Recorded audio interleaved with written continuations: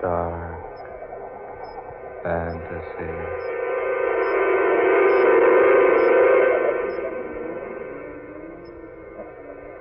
The cup of gold.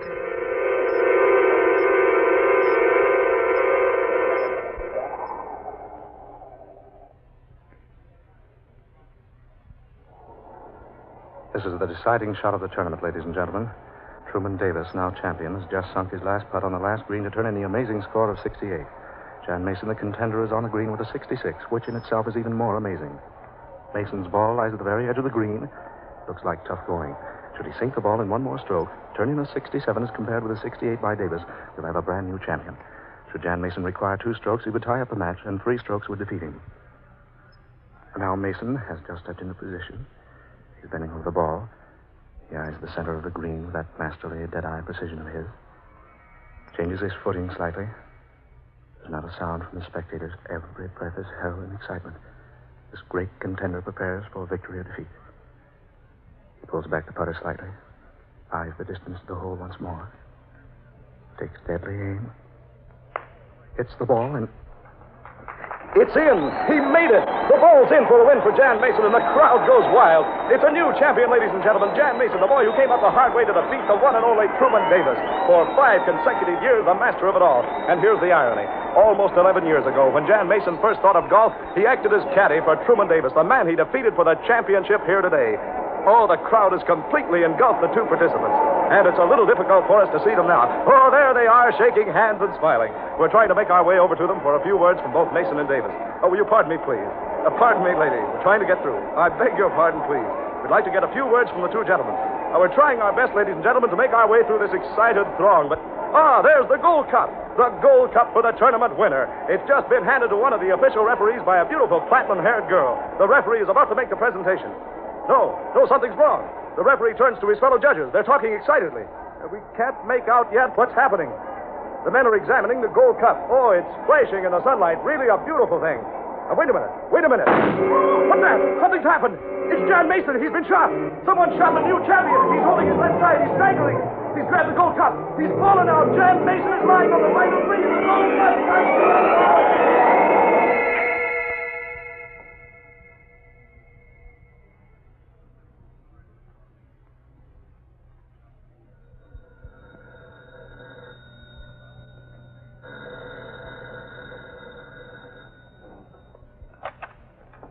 Hello? I ask you not to disturb me, clerk. I don't care if there is someone to see me. What? Who? Lee Sanders, the radio announcer? Well, tell him I'm not in. I don't care if he is standing there watching you talk to him. Tell him you're talking to the maids. What? Hello? Who's speaking? But I was talking to the room clerk. Now, look here, Mr. Saunders. What do you want with me? No, I'm sorry. I don't have time to see you. No, I have nothing to discuss with you. Goodbye. Oh, he said he wanted to talk to me about the murder. He saw me. He's suspicious. He knows something. I must get out of here. I'll hurry and pack my things. Oh, no time to pack. I just put on my coat, my purse. Hat. I'll carry the hat. Hurry. Oh, no, not the front way. The back. Going somewhere, miss? Oh. Who are you? I'm the fellow you hung up on. What do you want? I figured you'd try to run out the back way. I don't know you. Let me by. Oh, no. Back inside. We're going to talk. There's nothing I have to discuss with you. I'm afraid there is. A little matter of murder. How much do you know? Plenty. Come on, inside. But Inside. Now. I have nothing to say to you. You think not? Not a thing in the world. I demand that you leave here at once before I call the police. Oh, that way, is it? Very well. Here you are. What do you mean? Take the receiver. Shall I dial the number? What number? The police, of course. Hang up that phone. So, you're not as willing to call the police here as you pretend. How did you find me? I was lucky. What do you mean? You ran a stop sign downtown just after you'd come from the golf links. It was my car. You were almost hit. Oh. No one saw you leave the golf links. No one knew who you were. You weren't the girl who was officially in charge of the Gold Prize Cup. No. And what's more, the cup that was given to the chief referee wasn't the official prize cup. No. Instead, it was some fantastic thing. A cup of pure gold, but covered with some sort of ancient writing. Well? Yes. Now, look here. I'm a radio reporter, and I've got a story here. I want to know what it is. I don't know the explanation myself. Bottle it up and save it, sister. You murdered Jan Mason. Did I? Didn't you? No one saw who shot him. Well, that's true. It's the general opinion that you did it. The general opinion? Naturally. You weren't the girl in charge of the prize cup. The real girl and the real cup have disappeared. And you were standing in a position where you could have fired the shot. Are you sure of that? I'm positive I remember. I saw you. Did I really shoot him? What? Tell me, did I really shoot him? I don't know. All I know is that you were standing directly in front of Mason. And that so were 6 or 8 others. I don't know. I don't know. Look here. Maybe you and I can make a deal. A deal? Tell me your story. Tell me what happened. Maybe I can help you. I don't know what happened. What do you mean you don't know? All I know is there was a big crowd and a golden cup. A little round white ball. A loud noise. Go on. That's all I remember. Next thing I knew, I was here in my apartment, stretched out on my bed with a gun in my hand. Where is it? In that drawer over there. Yeah, this one over here? Yes. Yeah. It's been fired, a 32. Mason was killed with a 32. He's dead. If he isn't, sister, he's a great little pretender. It wasn't my fault. I tell you, it wasn't my fault. So maybe it wasn't, maybe it wasn't. Now take it easy and tell me what happened. Why should I tell you? Because you've got to tell somebody. But who are you? My name's Lee Saunders. The clerk told you that on the phone. I'm a radio reporter, sports and news. Now it's your turn. What? Who are you? Oh, it doesn't matter. Well, let me decide that. What's your name? Ruth Kendish. What do you have against Jan Mason? I didn't know him. You make a habit of killing men you don't know? I didn't even know him, I tell you. I didn't know him. Oh, let me alone. Now, stop that. No. Oh, stop it, I say. Now, do you want to tell me what happened, or do you want to tell me and the police? They're looking for me, aren't they? The police. What do you think? Listen, I've told you what happened. I don't remember a thing except a big crowd, cup of gold, a little white ball, and a loud noise like a shot. Yeah. And then you woke up here in your room with a gun in your hand. A gun that killed Jan Mason just a few moments after he'd won the golf championship. That can't be true. It just can't be true. You're in trouble, baby. You better let me try to help you. What can you do? I don't know till I've heard your story. It must have been incense. Incense? Now what are you talking about? It came this morning in the mail. A little package with 3 little cones. It was addressed to me. There was a note inside. It's there in the drawer. Where the gun was? Yes. This the paper it was wrapped in? Yes. Is this the incense? Yes.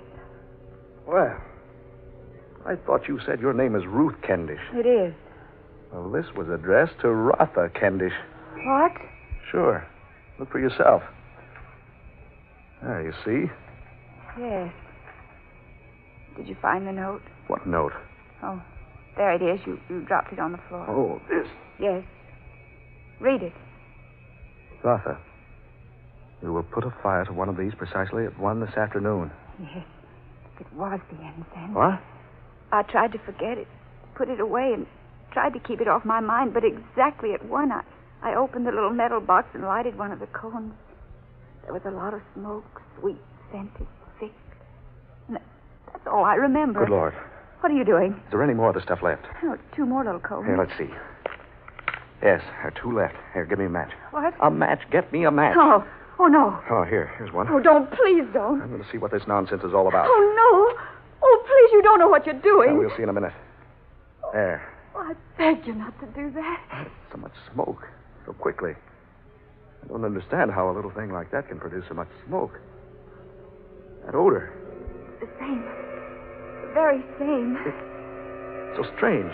Oh, Smoke. Look how it rolls in great clouds, hiding everything. stop it. Stop it. So much smoke, hiding everything. Can hardly see you. Oh. It's like we were in another world. You are in another world. What? What's that? Welcome, Rutha and Letha. Who are you? Where are you? I am here beside you. You see? Yes, and now I do. The smoke's clearing away. What happened? What happened? Don't you recognize me, Rutha? My name's Ruth. I've never seen you before. Ah, that is where you are wrong. You have seen me before. No. No, I don't know you. You mean you don't recognize me? Who are you? My name is Mota. Mota. Yes, Rutha. I am the Holy One. I don't understand. What's happened to us? We were in this young lady's apartment. Now we're someplace I've never seen before. Where are we? You are on Vento. Vento. What's Vento? Vento is an offspring of Venus and Pluto. What? It is a planet as yet undiscovered by the scientists of the Earth. Many hundreds of thousands of years ago, Venus and Pluto collided. That probably would sound absurd to your astrologers today, but it is a fact. As a result of the collision, Vento came into being. A portion of Venus and a part of Pluto fused, broke off, and became Vento. You're talking over my head. Naturally, the people who existed on Pluto and those of Venus intermingled with Vento, became a planet in its own right. As a result of that ancient catastrophe, the Ventonians came into existence. I am one of them. And the two of you are now here amongst us. But how? How did we get here? You remember the incense? Oh, yes. The incense. It is one of Vento's secrets. A tiny cone that emits a vapor powerful enough to permit anyone in contact with it to do as we here on Vento bid him to do. It still got me goofy. After I started the incense burning, everything changed. We ended up here. Naturally, because when you came in contact with the released vapors, I bade both of you to come here. And here you are. Oh, now what do you take us for? This is the 20th century. Folks like us aren't taken in by some crack. Just one moment. Here. Will you look through this? Through what? This telescope. Here. Right through here. Oh, now. It will not hurt you to look, will it? If you insist. That's right. In there. Now. What do you see? A large, round globe. It is the Earth. 10 million miles from here. Preposterous. You think so? Here. I'll turn on the ultra-penetrating ray machine and show you how preposterous it is. Now, what do you see? Closer. It's coming closer. Yes, something's happening. The ultra-penetrating ray is making 10 million miles of distance look like only inches. It is the Earth. There's Europe, Great Britain, China, and Australia. Now I can see the California coast, and Mexico, Texas, Oklahoma, Illinois, Florida, Pennsylvania, New York. Suppose we concentrate upon Florida. There. No. It's not possible. What do you see, Mr. Saunders? A funeral. The funeral of Jan Mason, the golfer. Oh, no. Suppose you permit Rutha to look, Mr. Saunders. Yes, all right. Go right ahead, Rutha. That's right. There. You still do not remember, Rutha? Why do you call me Rutha? Because that is your name. My name is Ruth. When you were here, you were called Rutha. When I was here. Many centuries ago, Rutha, you were originally a Ventonian. What are you talking about? We have theories of reincarnation, as you do on your Earth. Yes, I've heard about it vaguely, but... The one failing is that your theories do not go far enough. What do you mean? That there is such a thing as reincarnation, Mr. Saunders. But it is not restricted to one single planet, such as the Earth. You surely aren't trying to tell us that Miss Kendishire is the reincarnation of someone who lived up here. Whether or not you accept it, it remains a fact. Oh, that's utterly ridiculous. I'm glad I had the foresight to think of your reluctance to believe. So I have prepared the truth. Prepared what? What are you talking about? What's the explanation of all Must I this? explain it again? The vapor of the incense I sent you. Once it surrounds you, you are at the mercy of the Ventonian who sent it. You on your planet would call it black magic, but it is merely nothing more than applied science. What's this proof you were talking about? I will extinguish the lights and show you. Here on Vento, all time, all incidents are recorded. I shan't attempt to explain them completely. Suffice it to say, the principle is somewhat similar to that of your talking pictures, only on a much more advanced and widespread scale. Anything that has ever happened here on Vento since the invention of this recorder can be reviewed by those who wish to see it. That's why there is no crime, no evil here. Now, I turn on the machine. I must ask you to be silent. Do not speak. Mr. Saunders, look. Quiet. That's me. Quiet, I say. It is you, but not in your present body. It is you of centuries ago. Watch closely now and listen. Come in.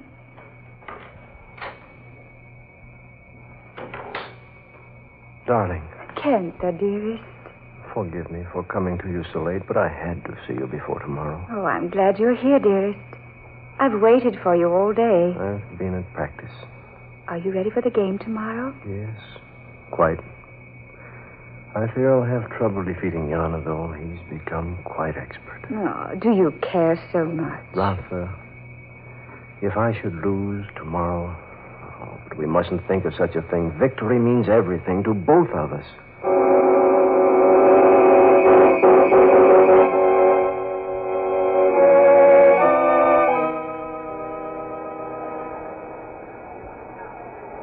Oh, he can't win now.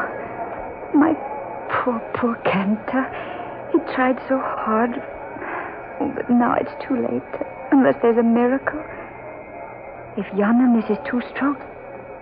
Oh, but he can't. And even if he did, it would be a draw. If he takes but 1 stroke, my poor Kenta will be defeated. Yana is ready now. If he does it in a single stroke, Kenta has lost. Now... He did it. Yana did it. My poor Kenta.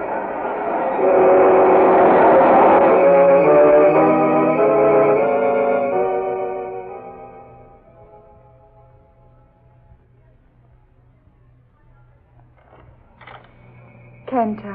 My dearest one, I come to you, but without the cup of gold. Oh, does it matter so much? Yes, much. I promised that you should have the cup. But I don't mind. I should have won. We still have each other, Kenta. We will be married. No, Rutha.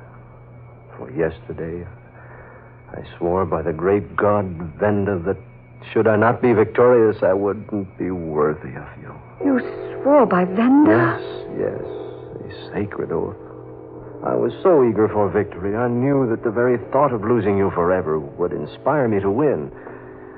But I failed. An oath sworn to Vento is a holy oath. I must resign myself to it. But now Now I swear by the great God of Venda, a holy and a sacred oath, that I will avenge what has happened. I will take vengeance from Yana if all eternity is required for me to do it.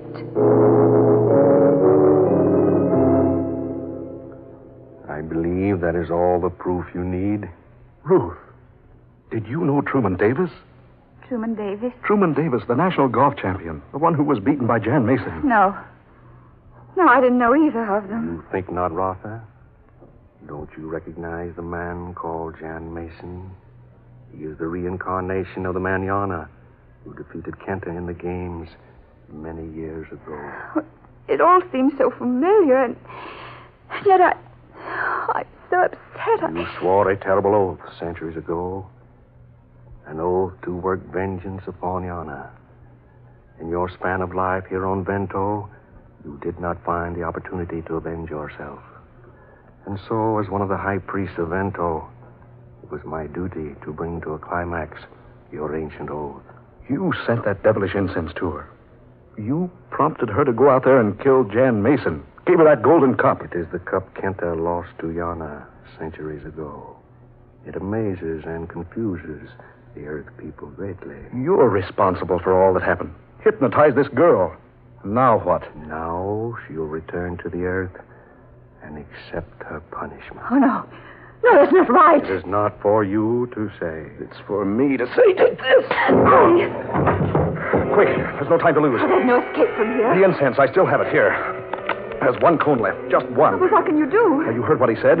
Anyone here on this planet can use it. Oh, confound it, haven't I got a match? Yeah, here's one. Now. Please. Careful. It's my last match. There. It's burning. Now, turn on that ray machine. Do what? Turn it on, turn it on. Oh, all right. What are you going to do? Look into the telescope. Watch. Tell me what happens. All right. I'm holding the burning incense in front of the telescope lens. Oh, I'm hoping. Lee, it's still focused on the funeral. But something's happened. Yes? The coffin is gone. It's open. Someone's sitting up in it. Is it Jan Mason? Yes. Yes, it is. Good. Just a mere thought did it. The penetrating ray sent the incense vapor directly to Earth, to the man in the casket, Mason. And I concentrated on his coming to life again. He is. He is alive. Oh, our friend's coming too. What do we do? Here, give me your hand. What? Give me your hand. Come on, hurry, hurry. Lee, that's smoke. Hurry, there's no time to lose. How are we going to get away from here? Simple. You saw what a mere thought did for Jan Mason. Hold tight now. Here we go.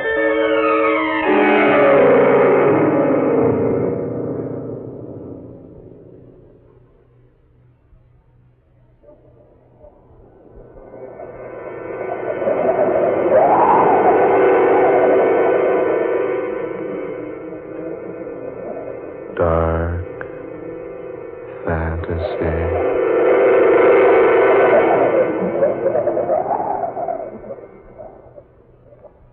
You have heard The Cup of Gold, tonight's original tale of dark fantasy by Scott Bishop. Ben Morris was Lee Saunders, Eleanor Naylor Corrin played Ruth, Muir Height was the High Priest, and George Onday was Kenta. Next Friday, the 26th in this dark fantasy series created by Scott Bishop, Coffins for Two, the weird and pulse-pounding tale of two boxes roughly hewed into the shape of caskets, bearing 3 silver handles on each side and silver nameplates, on which were engraved the names of 2 living people. This is Tom Paxton speaking. Dark Fantasy comes to you each Friday night from Oklahoma City. This is the National Broadcasting Company.